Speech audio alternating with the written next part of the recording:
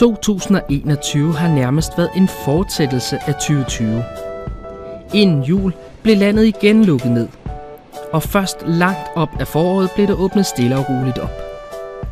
Der skete dog alligevel små begivenheder i starten af året. For eksempel den 25. januar ankom 3 EC3-togsæt til Danmark, efter at have kørt hos de israelske statsbaner i næsten 30 år.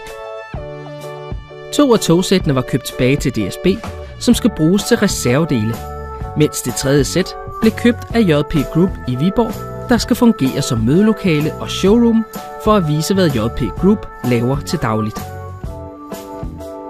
Den 29. april 2021 fik Rødby Færgestation sin sidste togbetjening. Og resten af året blev der kørt togbusser frem til køreplansskiftet, hvor stationen nu er blevet nedlagt.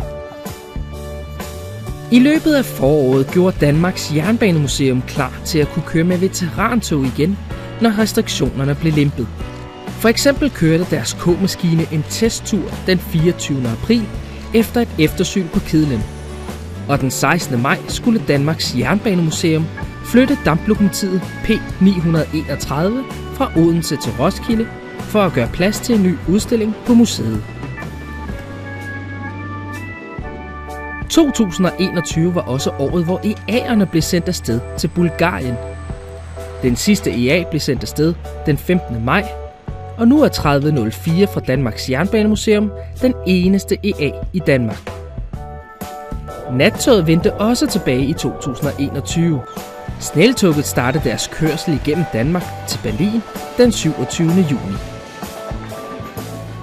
Heldigvis blev coronarestriktionerne lempet hen op af sommeren, og Ankita og jeg kunne sige ja til hinanden. Vi fik lejet vores helt eget bryllupstog fra Vestsjællands Veterantog til receptionen, og vi fik vores dejlige drømmebryllup. Den 14. august blev kravet om mundbind og visir i offentlig transport fjernet helt. Og samme dag kørte MY Veterantog et af deres Jyllandsture, hvor stemningen var høj.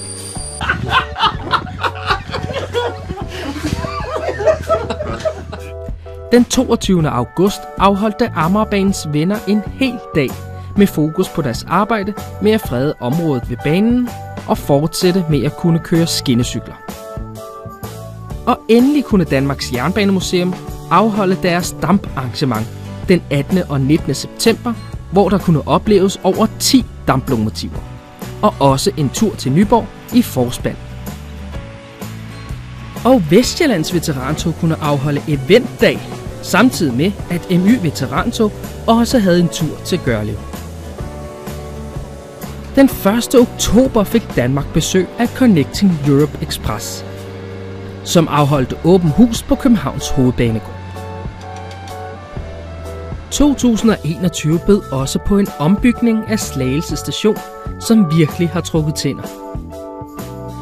Og også Nykøbing Falster og Nørre Alslev stationer blev ombygget. Her blev strækningen mellem Orehoved og Nykøbing Falster dobbeltsporet og fået ERTMS syd for Næstved. Det betød også, at Lollandsbanen var nødsaget til at leje det Zero-togsæt fra Nordjyske Jernbaner, da Lollandsbanens egne IC2'er endnu ikke har fået installeret det nye signalsystem. Og ved samme lejlighed fik Lokaltog chancen for at afprøve et helt nyt design. Køreledningsanlægget mellem Ringsted og Næstved kunne endelig tages i brug den 12. oktober, og få dage senere indviet af transportministeren. Det betød også, at ME-lokomotiverne blev mere og mere et sjældent syn på de danske skinner. Og ved køreplansskiftet den 12. december blev de taget ud af drift. I løbet af 2022 vil ME'erne løbende blive leveret til deres nye ejere i Sverige. Derfor kommer vi nok stadig til at se en smule ME endnu, dog ikke i passagerdrift. Men for eksempel hvis dronningen skal på togtur, hvilket skete så sent som den 30. december, hvor hun skulle transporteres hjem fra Aarhus. Og her i efteråret fik Siemens leveret deres Vectron nummer 1000 til DSB. Her på falderebet til det nye år er Danmark nu igen næsten lukket ned. Der er genindført krav om mundbind i al offentlig transport, og nu også coronapas og pladsbilletter i alle intercity og lyntog. Vi er alle trætte af denne pandemi, så jeg ønsker alle af hele mit hjerte et rigtig godt nytår. Og lad nu 2022 blive et bedre år for os alle sammen.